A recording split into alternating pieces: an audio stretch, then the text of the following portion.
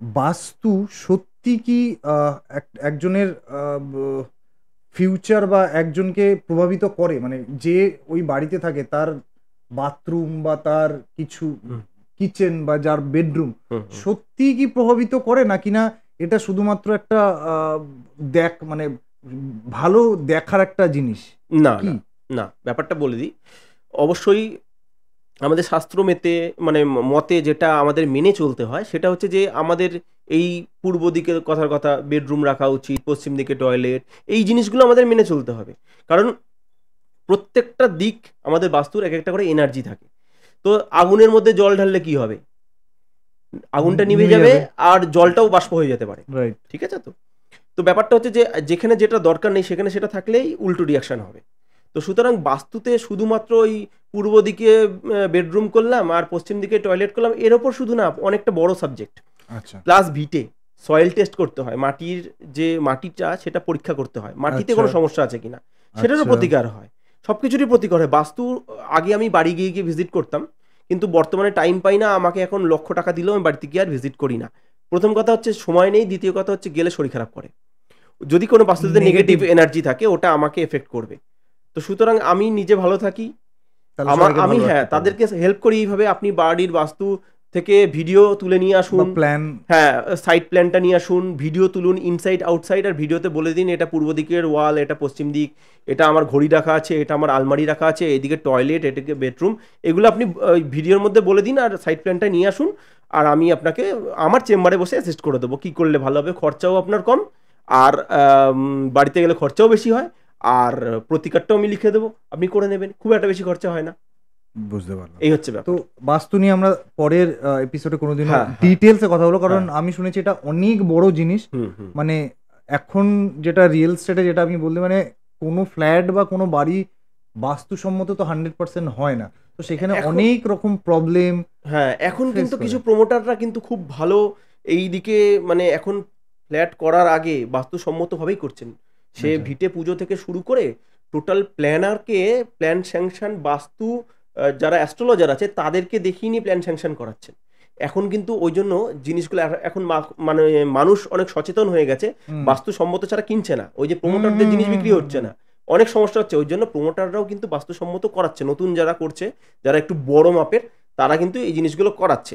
যেমন কি আমি কি হয় যে আমি চেষ্টা করি যে মানুষ যাতে অল্প খরচে, তার বেশি কষ্ট হবে না, খরচ বেশি হবে না, তার যাতে উপকার করতে পারি। বেশ। আমি সব কিছুই কমিয়ে রেখেছি। যেমন আমি অ্যাস্ট্রোলজিক্যাল ফিজ আমি 201 টাকা নিই। এটা চা খাওয়ার খরচের মতন। ঠিক। ঠিক আছে? তুমি একটা শপিং মলে একটা চা খেতে যাবে, তোমার তার থেকে বেশি টাকা খরচা পড়বে। তারপরে তোমার অ্যাস্ট্রোলজি এই বাস্তুর জন্য আমি বা জটক বিচারের জন্য আমি 501 টাকা নিই। এটা তো কিছুই না। মানে অ্যাকচুয়াল এটার হওয়া উচিত, ধরে নাও কমসে কম 2 থেকে 2,500 টাকা হওয়া উচিত। কিন্তু আমি কমে করে দিই, কারণ যাতে মানুষ আমাকে রিচও করতে পারে, সব লেভেলের মানুষ, গ্রাউন্ড থেকে শুরু করে স্কাই পর্যন্ত যারা আছে একদম সব লেভেলের মানুষ যাতে আমাকে রিচ করতে পারে, আমি যাতে তাদেরকে সার্ভিসও দিয়ে বুঝতে দিতে পারি, আমি পেরেছি। কমে করি, বুঝতে পেরেছি। অবশ্যই করি। যেটা আমরা স্কিপ করে গেলাম, হুম, কথা বলতে বলতে আমরা অন্য একটা হুম, টপিকে হুম, চলে হুম। আসলাম, ভূতে। ভূত। ভূতে মানে তোমার কোনো রকম অভিজ্ঞতা হয়েছে ভূত দেখার বা ভূতকে অনুভব করার বা এরকম কিছু? হ্যাঁ, হ্যাঁ, হ্যাঁ, একদম। আমি ইনফ্যাক্ট মানে ভূত নিয়ে কিছুটা রিসার্চও করে ফেলেছি। আচ্ছা। ভূত কতটা কি করতে পারে না পারে, ভূত তো আছেই। হুম হ্যাঁ, অনেকে ভাববে হ্যাঁ, গ্যাজাখড়ি দিয়ে দিল। হুম। কিন্তু তা নয়। আচ্ছা। ভগবানও আছেন, হুম। ভূতও আছেন। ভূত মানে কি নেগেটিভ এনার্জির কথা বলছো, আত্মার কথা বলছো? হুম। কারণ আমি যতদূর শুনেছি ভূত মানে অনেকগুলো ভূতের অনেকগুলো ফর্ম রয়েছে। হ্যাঁ, একদম, একদম। ভূত মানে বলতে পারো ভালো, খারাপ দুটো মিশিয়েই আছে। হুম নেগেটিভ, পজিটিভ দুটোই আছে। যারা পজিটিভ সোল হয়, আত্মা হয়, তারা তোমার কিচ্ছু ক্ষতি করবে না। হুম। কোনো রকম ডিস্টার্বও করবে না। বেশ। আর যারা নেগেটিভ, যাদের জীবনে অনেক মানে আশা আকাঙ্ক্ষা ছিল, সরি। হুম তো আশা আকাঙ্ক্ষা ছিল, পূর্ণ হয়নি এবং খুব হিংসাত্মক মেন্টালিটি নিয়ে সে লাইফ হুম। লিড করেছে। হঠাৎ করে তার ডেথ হয়ে গেছে। ডেথ হয়ে যাওয়ার পরে সে নেগেটিভ এনার্জিতে কনভার্ট হয়ে গেছে। আচ্ছা তাদেরও একটা শরীর থাকে। সেটাকে আচ্ছা বলা হয় সূক্ষ্ম শরীর আচ্ছা। বা সূক্ষ্ম শরীর। বেশ। এই শরীরটা তারা, তুমি সচক্ষে এমনি দেখতে পাবে না, ধোঁয়ার মতো একটা টাইপের হয়। কখনো কখনো তারা আরো এনার্জি কালেক্ট করে একটা মানে মানুষের মতন আকৃতি নিয়ে চলে আসে, কিন্তু সেটা খুব বীভৎস রূপ থাকে। ভূত নিয়ে আমি অনেক রিসার্চ করেছি এবং তোমার একটা মানে এক্সপিরিয়েন্স শুনতে যাবো, যদি তুমি কখনো অনুভব করেছো ভূত। অনুভব দেখা সবকিছু হয়েছে, একবার পাল্লায় পড়েছি, আচ্ছা হ্যাঁ অনেক কিছু হয়েছে, মানে ভূতের সম্বন্ধে। আর ভূতটা হয় কোথা থেকে, হুম আফটার ডেথ, হুম এটা নিয়ে একটা আলোচনা করলে তুমি মানে সবাই ইন্টারেস্টও পাবেন আপনারা। আফটার ডেথ মানে মানুষের মৃত্যুর পরে কি হয়, বেশ এবং আমরা কি হয়, আমরা স্বর্গে চলে যাই, নরকে চলে যাই, কি হয় আদৌ, আমরা এখানে থেকে গেলে কি হয়, আমাদের জন্ম কিভাবে হয়, এইটা নিয়ে একটা মানে কম বেশি পড়াশোনাও করেছি, রিসার্চও করেছি, এবং এটাতে আমার কাছে একটা একদম সঠিক ধারণা আছে। সেটাও আমি কোনো একটা সময় আমি সেটা নিয়ে একটা নয় প্রোগ্রাম করা যাবে, আমি বলে নেবো। তবে ভূত যেটা আছে, ভূত আছে অবশ্যই। আপনাদের সকলকে একটা কথাই বলবো, ভূতকে ভয় পাবেন না। যত বেশি ভয় পাবেন সে আরও তত বেশি হাবি হবে শরীরের ওপরে। আর দ্বিতীয় কথা হচ্ছে, ভূতকে আপনি আপনার বাড়িতে ডাকবেন না। আমরা জানি কেউ ডাকি না আমরা, হুম হুম কিন্তু আমরা পরোক্ষভাবে ডেকে ফেলি। তো কিভাবে? ধরুন কোনো খাবার দাবার আমি খেতে খেতে বাড়ি দিয়ে আসছি রাস্তা দিয়ে, ভূত পেছন পেছন চলে আসবে। বুঝলাম কারণ না। খেতে খেতে সে ধরো তুমি একটা এগরোল কিনে রাস্তায় খেতে খেতে বাড়ি আসছো, আচ্ছা আর রাস্তায় আস্তে আস্তে কোনো জায়গায় কোনো একটা স্পিরিট দাঁড়িয়ে ছিল, আমরা তো চোখে দেখতে পাই না তাদের, হুম, হুম, সে জীবন দশায় সে এগরোলের স্বাদ নিয়েছিল, আচ্ছা কিন্তু সে তো এখন আর পায় না। বেশ সে ওটার আকর্ষণে পেছন ধরতে ধরতে তোমার বাড়ি অব্দি চলে আসতে পারে। আচ্ছা ঠিক আছে, তারপরে ধরে নাও সে তুমি কোনো একটা জায়গা যেখানে কিনা ভূত আছে তুমি তো জানো না, হুম সেখানে তুমি গিয়ে টয়লেট করে দিলে। ওকে যেই টয়লেট করলে ওরা টয়লেটের স্মেলটাকে ওরা ইনহেল করে ওরা অ্যাট্রাক্ট হলো তোমার প্রতি, ওকে দেন তোমাকে ফলো করতে করতে তোমার বাড়ি অবধি চলে আসবে। তুমি যেখানে যাবে সেখানে তোমাকে ফলো করতে করতে আসবে, এবং তারপরে কি করতে পারে সেটা ওই বড় প্রোগ্রাম যেদিন হবে সেদিনকে বলবো। আচ্ছা ঠিক আছে, তো ভূতকে আমরা পরোক্ষভাবে ডেকেও ফেলতে পারি। আবার ভূতকে আমরা কিভাবে আমাদের বাড়িতে ঢুকতে দেবো না সেই ব্যবস্থাও করতে পারি। আমরা যত বেশি ঠাকুর পুজো অর্চা করবো, ঘন্টা শঙ্খ বাজাবো, উলুধ্বনি দেবো, ভূত পালাবে। কোনো হনুমান চালিসা আলাদা করে পাঠ করতে হবে না। তবে হ্যাঁ, কিছু নেগেটিভ এনার্জি থাকে, যারা খুব ঢিঠ হয় তাদেরকে ওরমভাবেও ভাগানো যায় না, অনেক রকম কীর্তিকলাপ করে তাদেরকে ভাগাতে হয়। কিন্তু নর্মাল যারা, ভূত হচ্ছে নিজে খুব কষ্টে থাকে, যারা আমি বললাম নর্মাল স্পিরিট, যারা মৃত্যু হয়ে গেছে কিন্তু মুক্ত হয়নি, এবং তারা কোনো ক্ষতি করে না, বাট তারা নিজেরা কষ্টে থাকে। তারা চায় একটা কোনো স্যাঁতস্যাঁতে নোংরা বদ্ধ অন্ধকার জায়গায় গিয়ে তারা লাইফ লিড করতে। কেন? তাদের এই যে সূর্যের আলো তাদের শরীরে জ্বালিয়ে দেয় স্কিনটাকে। আমরা শঙ্খ বাজাচ্ছি, এর যে ভাইব্রেশন হচ্ছে সাউন্ডের, সেটা তার শরীরকে ভেঙে দেয়।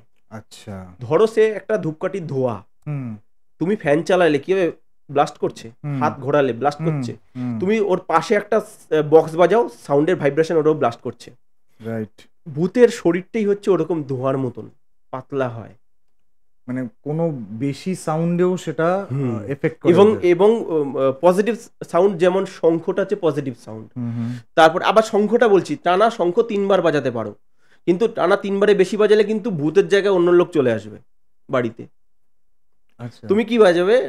শঙ্খ বাজালে শঙ্খ প প প বাজালে আবার বাজাতে হবে, তো 3-4 সেকেন্ডের একটা গ্যাপ নিতে হবে। ওই রিদমে যদি প প প প করতে থাকো, তাহলে কিন্তু ভগবানের জায়গায় শয়তান বাড়িতে চলে আসবে আকৃষ্ট হয়ে। ভূত শয়তান আলাদা না, টাইপটা সেম, কিন্তু এদের মধ্যে অনেক রকম থাকে, দৈত্য, দানব, জিন, হেনা তেনা, এরকম অনেক ফরম্যাটে রয়েছে। এটার মধ্যে অনেক ক্লাসিফিকেশন রয়েছে। আমরা যেমন ব্রাহ্মণ, ক্ষত্রিয়, বৈশ্য, শূদ্র, রাজা, ব্যবসায়ী, চাকরিজীবী, ওদের মধ্যেও সব ওরকম রয়েছে। এক একজনের এক রকম ক্ষমতা, ব্রহ্মদৈত্যী একরকম গল্প, এই গল্প। হ্যাঁ, তো ব্যাপারটা হচ্ছে যে আলটিমেটলি আমি যেটা বলবো, ভয় পেলে বেশি ভয় দেখাবে। তো যদি এবার ভূত সামনে আসে, ক্ষতি করতে চাইছে, ক্ষতি করতে পারে, ক্ষতি করতে পারে, পারে, সবাই পারে না, কিন্তু যদি তোমাকে ভয় দেখাতে চাইছে, তুমি ভয় পাবে না, এটা কি করে হবে? ভয় দেখালে তো ভয় পাবেই সবাই। ওদের মেন অস্ত্র হচ্ছে ভয় দেখানো। ভয় দেখিয়ে হার্ট ব্লক করে দিতে পারে, বা হার্ট ফেল করে দিতে পারে, বা শরীরেও ঢুকে যেতে পারে। ওই আমরা ভয় পেলে একটা এনার্জি বেরোয়, আমরা খুশি হলেও এনার্জি বেরোয়, ওই এনার্জির থ্রুতে ওরা শরীরে প্রবেশ করতে পারে। তাহলে আমরা ভয় পেলে আমরা কি করব? সব থেকে যেটা মানে টেনশন হলে আমরা যা করি, ভয় পেলেও সেটাই করব, গান করব। যেই গান করব, সঙ্গে সঙ্গে আমাদের মাইন্ড ডাইভার্ট হতে থাকবে। যতই ভয় পাই না কেন, মাইন্ড ডাইভার্ট হয়, কারণ আমরা চিন্তা করছি। রাম নাম জপতে পারি, রাম নাম জপলেও কিছুটা একটা ভয় আসবে শরীরে, কারণ কি আমি তো ভয় কাটানোর জন্য ওটা করছি তো। রাইট। হ্যাঁ তুমি করতে পারো, কিছুটা একটা বল পাবে যে তুমি যে আমি রামকে ডাকছি বা বজরং বলিকে ডাকছি, হনুমান চালিসা পাঠ করছি বা গায়ত্রী মন্ত্র জপ করছি, এটা একটা পজিটিভ একটা হবে। তুমি গানও করতে পারো, গান করলেও মাইন্ড যেই তোমার অন্যরকম চিন্তা ভাবনায় যাবে, তখনই তুমি ভয়টা কমে যাবে শরীরে তুলনামূলক, আর ওরা এন্টার করতে পারবে না শরীরের মধ্যে।